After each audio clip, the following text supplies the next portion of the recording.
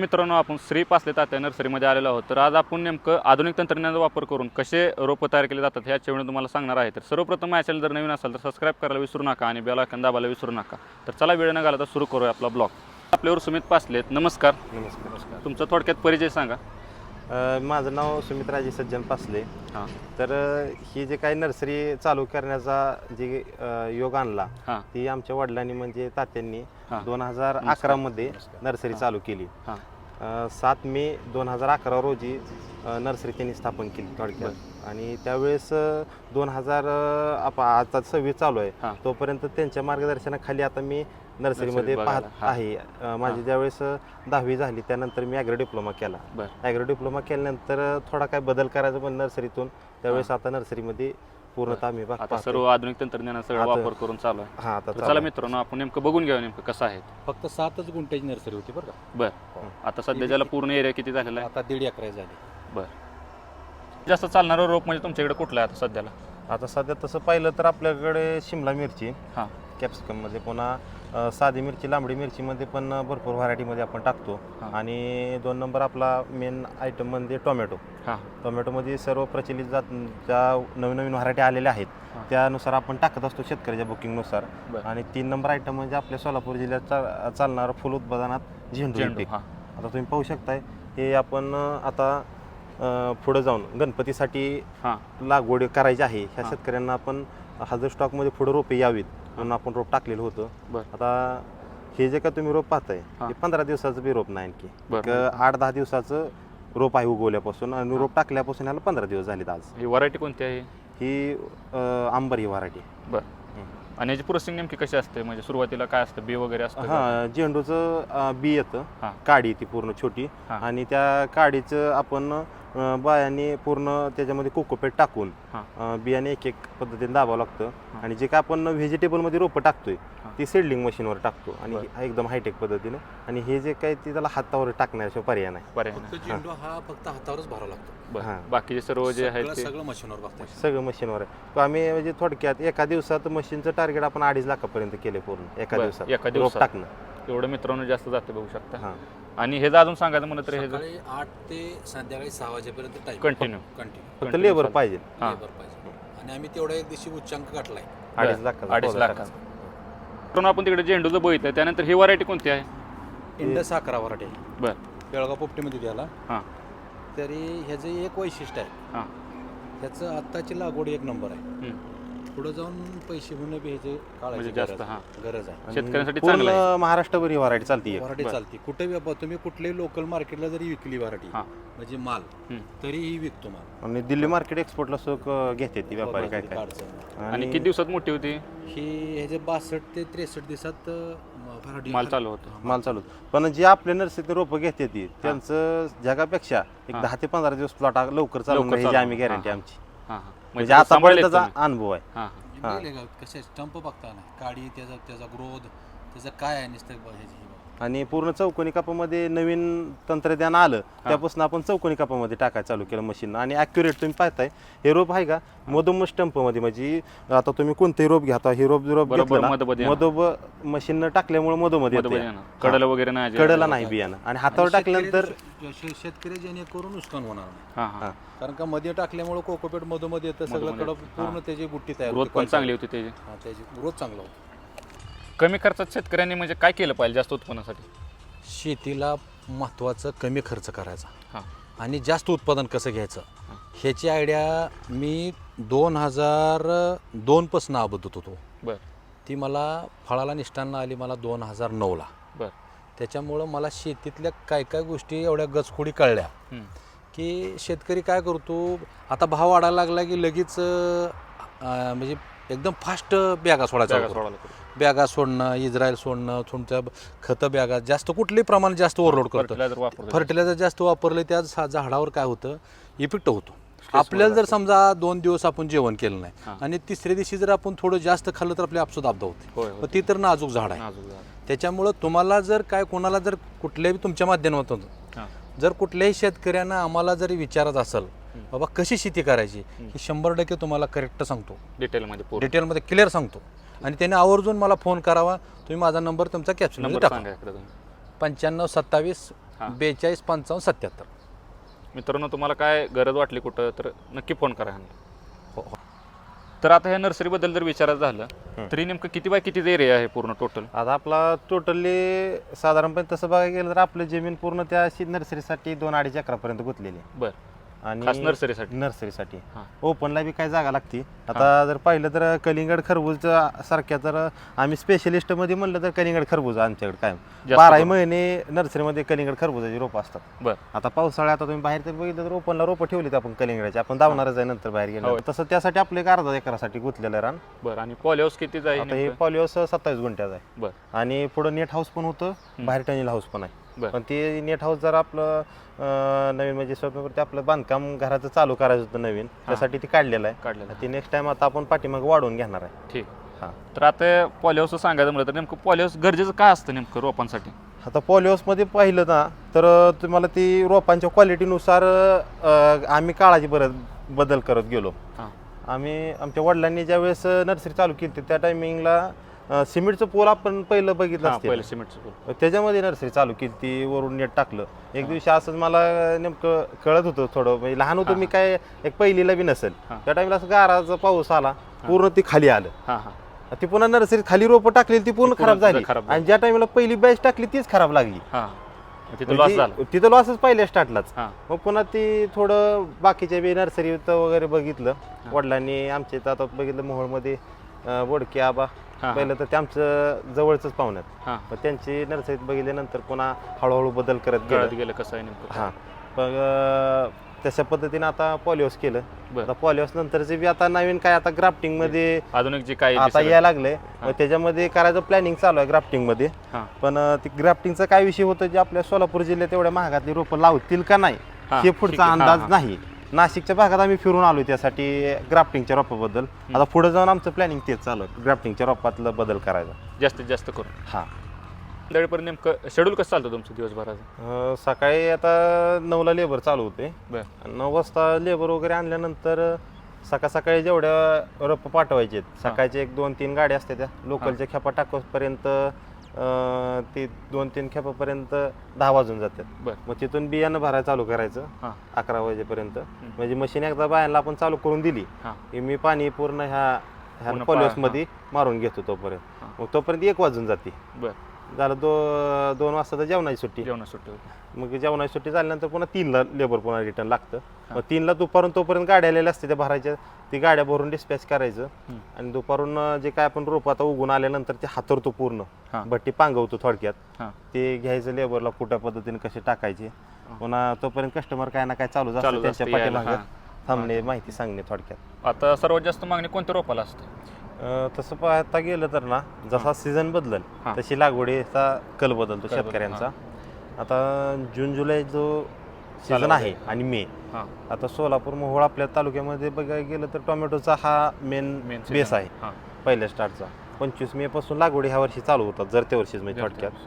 आणि जूनपर्यंत तर पूर्ण टोमॅटो चालतो. टोमॅटो चालतो. मग त्याच्यामध्ये आता व्हेजिटेबलमध्ये बघायला गेलं तर दुसरं कोबी, फ्लावर बी लागवड करणार आहेत काही शेतकरी. हां. म्हणजे जसं शेतकऱ्यांचा कल आहे तशा पद्धतीने आपण टाकतो. हां. पण सगळ्यात जास्त मेन आपला टार्गेट असतं शिमला मिरची आणि टोमॅटो सगळ्या शेतकऱ्यांचं. जास्त करून चालणार. हां.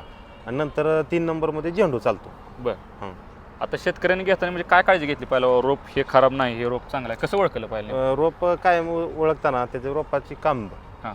ते ओळखणं, आणि फक्त मुळी पांढरी असली हां. तर पूर्ण रोपांचे वर कसं आहे, आता कशा पद्धतीने ज्या उन्हात तर रोप काढलं नर्सरीवाल्यानं, हां. कोणी असू द्या, मी काय आता कोणताही हां, नर्सरीवाला कोणताही असू द्या, जर उन्हात हार्डिंगला काढलं तर शेंडा हा पिवळा पडतो रोपांचा.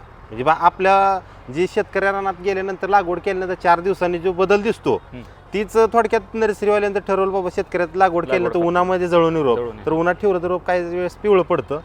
मग त्यावेळेस शेतकऱ्यांचा गैरसमज बी होतो काय टायमिंगला, म्हणजे कसं रोप काय पिवळं पिवळं नाही झालं? लावायचं म्हणून. हां.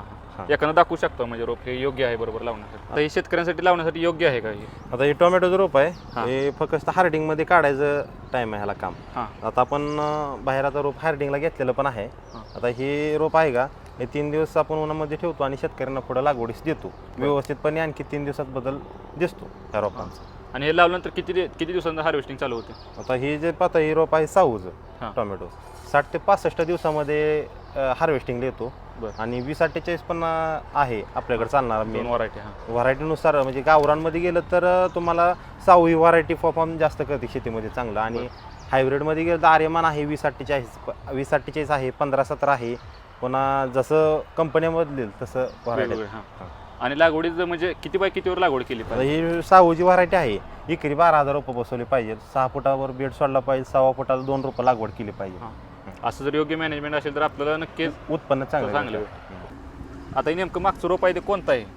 हे वॉटरमेलन कलिंगड बरं मेलोडी व्हरायटी. हां तर आपण हे जे काही कलिंगड आहे त्याला पूर्ण आपण प्रत्येक ट्रेला लेबल, म्हणजे आता आदवी नर्सरीमध्ये आपण प्रत्येक ट्रेला लेबल लावतो. लावतो, हां. त्यानुसार ह्याला बी टाकलेलं आहे मेलोडीचं. हां. तर ही कलिंगड आता आपण पावसाळे तुम्ही म्हणसाल ह्या दिवसात कोण लागवड करते, करते हां पण जे शेतकऱ्याला डोका आहे हां ते ह्या टायमिंगला लागवड करते न करोडपती झालेत कलिंगडमधून. बरं ह्या टायमिंगला 100% पुढे जाऊन 30 रुपये मार्केट राहतं.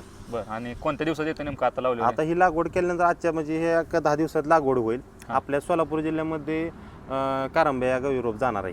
बरं. सोलापूर कारंबा या गावी हां शेतकरी आपल्याकडं 4 वर्ष झालं कॉन्टॅक्टमध्ये आहे थोडक्यात. हां 100% हा शेतकरी कायम कलिंगड करतो आणि कलिंगडातून पैसे कमवतो. बरं. हां म्हणजे ज्या दिवसात जी येत नाही ते केलं पाहिजे. केलं पाहिजे. कधी लॉस बी होऊ शकतो. हां मी म्हणतच नाही बाबा तुमचं पाऊस 100% जास्त पाऊस पडला आहे. काय झालं हां. तर त्यात लॉस देखील गेल्या होऊ वर्षी 30 रुपयाने कलिंगड विकलं शेतकऱ्यांनी जागेवर. शकतो. बरं जागेवर अर्धा किलोपासून कलिंगड नेलं. हां हां त्याचा पैसा देखील झाला त्याचा. पैसे देखील झाले. तर मित्रांनो असं ज्या वेळेत म्हणजे जे येत नाही ते जर केलं तर आपल्याला 100% उत्पन्न भेटू शकतं. आता कोकोपीटबद्दल सांगायचं म्हटलं तर नेमकं कुठून येते? हे प्रकृतीचं कोकोपेड आहे. हां हे नंबर 1ला चालणारा ब्रँड कोकोपेडमध्ये. कोकोपेडचा, हां. तर आपण हे बेंगलोरहून आणतो डायरेक्ट कंपनीतून आपल्या नर्सरीकडे गाडी येते. हां. मग काही नर्सरीवरनं भेटू शकत नाही पण ते आपण कायम घेत असल्यामुळं 3-3 महिने ह्या कोकोपेडला वेटिंग आहे कायम. हां आज पेमेंट पूर्ण जमा करावं लागतं 30 टन आहे गाडीचं. त्यानंतर 3 महिन्यानं कोकोपेडची गाडी येते. बरं. आणि 100% आपण रोपामध्ये कोकोपीट वापरतो का थोडीफार माती देखील असते त्यात? नाही माती चालणार माती चालणार नाही. नाही. पूर्ण कोकोपीट. हा पूर्ण कोकोपेड. बरं. आणि ह्याच्या पुढची प्रोसेसिंग काय असते? आता जशा पद्धतीने बियाणं आता कोकोपीटमध्ये आल्यानंतर ट्रेचं नेमकं कसं असतं? हे पाठीमागून मशीनवरून कोकोपेड भरून येतं. बरं ह्या बेल्ट आहे हां मशीनचा कन्व्हेअर बेल्ट. पूर्ण हा ट्रे पुढे गेल्यानंतर ह्या डिबलरच्या मार्फत बियाण्याचं फुलं पाडून घेतो. हां आणि नंतर हा मेन Main काम जे काम करणार करणार आहे ती machine. बियाणं धरायचा ड्रम. हां तर याचं सेन्सर आहेत साधारणपणे. हां. तुम्हाला ट्रे दिसल्यानंतर ती 126चा ट्रे आहे हा. हां तर त्या लाईनला बरोबर ॲक्युरेट मधोमध बियाणं पाडून देतो टाकून. हां आणि नंतर हा पूर्ण बियाणं येतं. काही प्रमाणात बियाणं पडत पण नाही. हां मग त्यासाठी आपण इथं 2 लेबर असतात किंवा 1 लेबर. म्हणजे कोबीला नाही तर पडलं कोण की नाही टाकायला. थांबत. हां कलिंगडाला थांबत नाही, कोबीला थांबत नाही. हां. बियाणं ॲक्युरेट धरतं. टोमॅटोमध्ये एखादं बियाणं बारकं असल्यामुळं डबल पकडतं. हां हां त्यासाठी मग तिथे लेबर थांबवतो त्यानुसार करतो. आणि इथं पुढं आल्यानंतर आपण ह्याच्यामार्फत पूर्ण ट्रे ब्रशला कोकोपेट टाकून आपण बघलं एक tray लेवलने काढून सगळं घेतो. करून. हां नंतर बटी लावतो. नंतर नर्सरीमध्ये नर्सरीमध्ये हातरून घेतो रोप. तर अशी मित्रांनो प्रोसेसिंग आहे पूर्ण मशीन. तर मित्रांनो आता जे आपण आत रोपं बघितली ते नेमकं रोपं कसे तयार होतात तर ही बियाणं आहे कशी. तर ह्या बियाणाबद्दल काय सांगतात? बियाणं पूर्ण कंपनीचं बियाणं घेतो आपण ओरिजिनलपणे थोडक्यात. आणि ज्या पद्धतीने आता हे कोबी पाहताय, टोमॅटो पाहताय, शिमला पाहताय, कलिंगड मेलोडी पाहताय, हां. कलिंगड, झेंडू पाहताय, अशा पद्धतीने आपण जसा शेतकऱ्यांचा कल ज्या व्हरायटीकडे तीच व्हरायटी आपण कधीच प्रेस करत नाही ही व्हरायटी लावा म्हणून. हां तुम्हाला कोणत्या तर तुम्ही थोडक्यात शेतकरी आहे. हां तुम्हाला जर टोमॅटो लावायचा तुम्ही म्हणला मला 62-42 लावायचा तर आहे ते- बुकिंग करा. तीच हां. टाकणार आम्ही. नाही तर थोडासा दुसरी वेळ टाकणार लागेल नाही. फक्त पण तेच द्या. हां म्हणजे आम्ही सांगतो बुकिंग घेतो आधी 30 दिवस नंतरच देतो. आमच्याकडे विदाऊट रुपये आम्ही टाकतच नाही. हां तर मित्रांनो असं असतं नेमकं बियाण्याचं नियोजन. आता सर्वात मेन मुद्दा विचारायचं झालं तर ह्या पूर्ण स्ट्रक्चरला खर्च किती आला नेमका? हे पॉलिहाऊसला आपण 1200 रुपये स्क्वेअर फूटनं काम दिलं होतं. बरं हे थोडक्यात 2,500-3 हजार स्क्वेअर फूटचं काम झालं. बरं. आणि जास्तीत जास्त गुंतवणूक नेमकी कशात होते ह्याच्यात ह्या रोपवाटिकेमध्ये म्हणलं तर? पॉलिहाऊस म्हणा, सेडलिंग मशीन म्हणा. हां. आणि मेन मोहरचा मुद्दा येणार म्हणजे बियाणे. बियाणे सर्वात महाग असतं. बरं. हां. आणि बियाण्यावर नेमकं म्हणजे फवारणी वगैरे असते का इथे? फवारणी मग थोडक्यात राहणार फवारणी रोजच्या रोज करावंच लागते. हां हां त्यात आता औषधं आम्ही वगैरे सगळे संध्याकाळी 5 वाजल्या. हां. आता ही तर आपला 6 वाजत आले 6 थोडक्यात. वाजता आले. हां. आज आता 7 थोड्या 1 तासाभरात आपण ह्याचा स्प्रे चालू राहणार पंपाने. बरं पंपाने पूर्ण स्प्रे घेतलं जाणार हां न चुकता आठवड्यातनं 1-2 वेळा नाही करून? 3 वेळा स्प्रे राहतो आठवड्यातून. आणि 3 वेळा ड्रेंचिंग राहते रोपाला. बरं. जेणेकरून मुळींची वाढ म्हणा रोग पुढं वगैरे कुठला रोग येऊ येणार नको नाही त्या हिशोबानं त्याचं काम असतं. रोपाची क्वालिटी असल्यामुळेच थोडक्यात कस्टमर आहेत. हां हां हं. आता मेन मुद्दा जर विचार झाला तर एखाद्या शेतकऱ्याला जर करायचं म्हणलं तर त्यांनी नेमकं कमी खर्चात रोपवाटे कशी उभी केली पाहिजे? तसं पहिल्या स्टार्टला जर असेल तर त्यांनी ग्रीन नेट केलं पाहिजे थोडक्यात, फ्लॅट नेट हाऊस.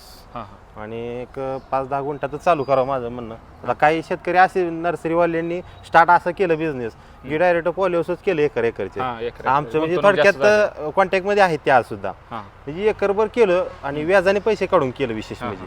मग ती लवकर स्टार्टअप घेत नाही कुठलाच बिझनेस असू द्या, हां. त्याला 3 वर्ष सोडावं लागतं सोडावं मार्केटला. लागतं. त्यावेळेस तुम्ही मार्केटमध्ये काय ती चीज कळून जाते. हां. लगेच एखादं गिरायक येणार रोप घेणार नाही. असं नाहीच. तसं नाही, त्याला पहिलं नाव गेलं पाहिजे, नाव गेलं पाहिजे. रोपाची क्वालिटी असली पाहिजे तशी. हां.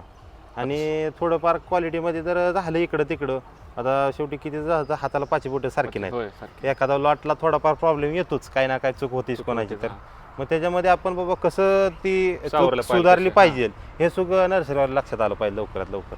बरं काही नर्सरीवाले असेच पण चुका झाल्या पण ती सुधारता आल्या नाही, त्यामुळे त्यांनी नर्सरी सुद्धा बंद सोडून केले. बंद केली. हां.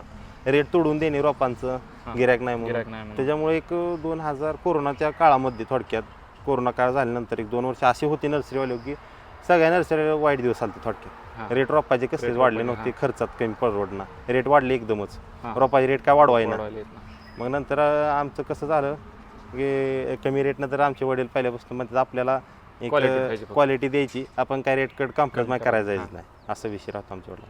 आणि तशी क्वालिटी देखील मेंटेन केलेली आहे. हां, तशा पद्धतीने क्वालिटी आज आमच्याकडे ऑगस्ट सप्टेंबर मधल्या फुडल्या बुकिंग आता पडल्यात रोपांची. हां, म्हणजे बुकिंग जास्त पुढल्या बुकिंग आता घेतलेत आम्ही. हां. आणि यावर्षी आम्ही एक 20 दिवस बुकिंग कोणत्याच पद्धतीची घेतली नव्हती, कारण का नर्सरीत जागाच नाही रोपं ठेवायला. तर बरं. काय द्यायचं आता, ऑफ सीझन चालत जातो आता पुढून, हां. मग थोडंफार प्रमाणात चालू राहतं ती शिल्लकमध्ये. बरं. आता विचार झालं तर म्हणजे रोपांची किंमत सांगू शकाल का तुम्ही? तसं म्हणजे कोणती व्हरायटी आहे त्याच्यावर सांगू शकतो. बरं. आता मी हे बघितलं तर ही मिरची आहे साधी, हं. छोट्या ट्रेमध्ये आपण टाकलेली गोल्ड ट्रेमध्ये हां किरकोळ विक्रीसाठी. हां. ही कलर सीडची तालवार ही व्हरायटी आहे. बरं. हे जर आपण ₹1.40 छोट्या ट्रेत विकतो, हां. आणि ह्यात जर ते मग आपण शिमलाचा जे ट्रे धावला हां. त्याच्यामध्ये जर चौकोनी टाकलं तर आपण ₹1.50 ₹1.60 अशा पद्धतीने विकतो जागेवर. जागेवर. काही जास्त क्वांटिटी असं तर पोचमध्ये पोचमध्ये, देतो हां. आपण. एखाद्या शेतकऱ्याला काय सल्ला द्याल म्हणजे आपण ही लावलं पाहिजे आणि त्यातून आपल्याला इन्कम चांगला भेटेल? नाही, तसं ज्या व्हरायटीला आज बाजारच नाही हां. आणि नर्सरीवाल्या 4 ठिकाणी चौकशी करावं, माझं तर म्हणणं हे हं. 5 नर्सरीवाल्या चौकशी करावं कशाची लागवडी चालू आहेत आधी, बरं. जर जास्त तुम्हाला करून. पैसेच करायचे असतील तर. हां. आणि ज्याला बाजार नाही आज, हं. आणि त्या रोप नर्सरीवाल्यात जी व्हरायटी शिल्लक आहे जास्त, म्हणजे जे वाण शिल्लक आहे हां. ते वाण 100% लागवड केला पाहिजे. बरं. आणि त्याचा आपलं 100% प्रॉफिट भेटणार. प्रॉफिट मी म्हणतो काही जरी लावलं तर तुम्ही असं काय पूर्ण तोट्यात येणार नाही जी व्हरायटीला बाजार आज नसेल आणि ती व्हरायटी लावा लागला तर. हां. ह्याची मी गॅरंटी देतो, पुढे जाऊन बाजार वाढणार 2 महिन्यात.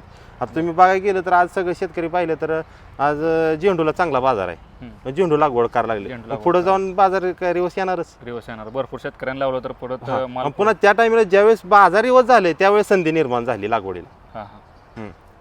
त्यानुसार आता मध्ये पाहिलं तर टोमॅटोला आपल्या भागामध्ये फुल लागवड झाली यावर्षी, हां. वेटिंगला रोपं थांबली. पण विषय काय झाला, आता ऊन असल्यामुळं पाण्याच्या वाट्याच व्हायला लागल्या, वाट्यावा लागला. जळा लागली रोप. जळायला लागली, काहीच उपयोग नाही. म्हणजे तसं क्वांटिटी मेंटेन केली पाहिजे आणि तसं आपण मॅनेजमेंट तसं केलं हां, पाहिजे, हां. तरच आपलं लागवड चांगलं होणार आणि उत्पन्न चांगलं भेटणार. तर मित्रांनो, आजचा ब्लॉग तुम्हाला कसा वाटला तेवढं कमेंट बॉक्समध्ये नक्की सांगा. आणि जर व्हिडिओ जर आवडला असेल जास्तीत जास्त शेअर करा. तर धन्यवाद. धन्यवाद.